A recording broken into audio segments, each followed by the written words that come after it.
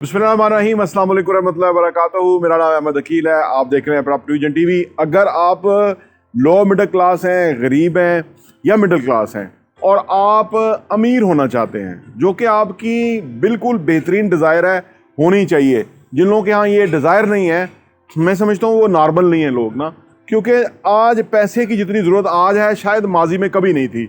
जितना मटेरियलिस्टिक मुआशरा आज हो गया है, पहले कभी नहीं था। तो इसका हल ये है कि वो चीज़ जिसकी मुआशरा डिमांड करता है वो आपके पास होनी चाहिए। लेकिन इसमें एक एहतियात बड़ी ज़रूरी है, वो ये कि पैसा जायज़ हो, पैसा ईमानदारी से कमाया हुआ हो, किसी का हक ना मारा हुआ हो। ये पैसा कमाना ज़रूरी है। और आज जितना पैसा कमाना आसान है, पहले कभी नहीं था। यकीन कीजिए, जितना आज पैसा कमाना आसान है, जितनी आज सपोर्ट है, जितनी आज हेल्प है, दुनिया बता रही है, दुनिया गाइड कर रही है। जब हम बच्चे थे कोई बताने वाला नहीं था। आज दुनिया के अंदर जो है ना, लोग चीख चीख के बता रहे हैं कि जी आप इस तरह से अमीर हो जाएं, लेकिन वही होंगे जिनके यहाँ बर्निंग डिज़ायर होगी। आप गरीब से अमीर कैसे हो सकते हैं, मिडिल क्लास से रिच क्लास में कैसे जा सकते हैं, आइए इस पे बात करते हैं।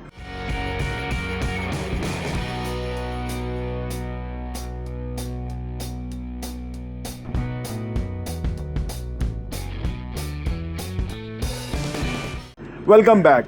ज़िंदगी में आप जहाँ भी हैं ना, इससे अगर अगली स्टेज पे जाना चाहते हैं और अमीर होना चाहते हैं और तरक्की करना चाहते हैं, उसके लिए आपको 3 चीज़ें करनी होंगी।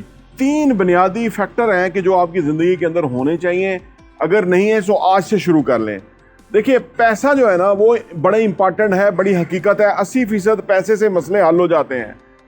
पैसे से हम किसी की मदद कर सकते हैं। पैसे से आपके रिश्तेदार खुश रहेंगे अगर आप उनके साथ कंट्रीब्यूट करेंगे पैसा, आप उनकी मदद करेंगे, हेल्प करेंगे।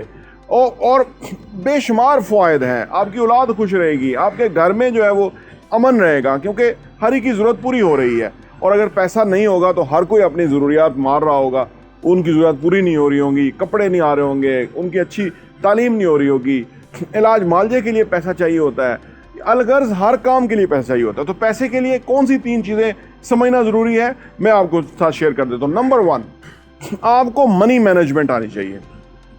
पैसे का इस्तेमाल, मैनेजमेंट क्या होता है? मैनेजमेंट बेसिकली ये होता है कि आपको पैसे को उस तरह खर्च करना चाहिए कि ताकि वो बाद के लिए मौजूद रहे। ये नहीं कि जितना आया, फर्ज करें 10,000 की आमदनी है तो ये नहीं कि 11,000 खर्चे हो रहे हैं। आपको अपने आप को 10,000 से नीचे ही रखना है।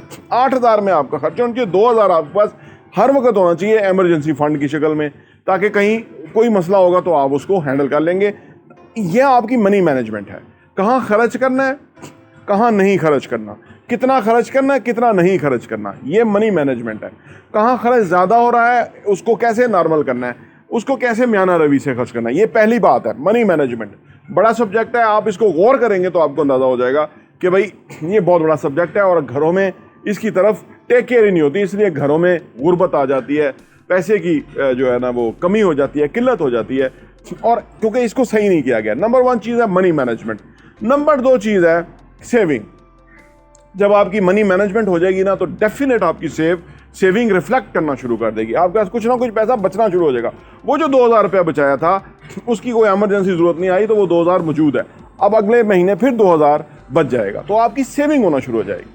मैं 10,000 से इसलिए कर रहा हूँ, आपकी लाख रुपये आमदनी, आप उस हिसाब से अपने फार्मूला डिज़ाइन कर लीजिए। किसी की 50,000 है, उस हिसाब से कर लीजिए। तो मैं 10,000 को मद्देनजर रख रहा हूँ। 2,000 फिर बच गया हर महीने। साल में 12 महीने 24,000 रुपये आपके पास बच गया। 8,000 रुपये आपका महीने का खर्चा है, 24,000 आपका साल का बच रहा है। ये सेविंग हो रही है। इससे आपके पास ना पैसा आना शुरू हो जाएगा। नंबर 3 और फाइनली, आपकी वो सेविंग इन्वेस्टिंग में जाना चाहिए। आपको इन्वेस्टमेंट करना आना चाहिए। वो कहाँ इन्वेस्ट करना है, ये तीनों जो स्टेप्स हैं, इनको आप टेक केयर कर लें, इनको समझ लें, इनके ऊपर अबूर हासिल कर लें, इसकी अहमियत को समझ लें।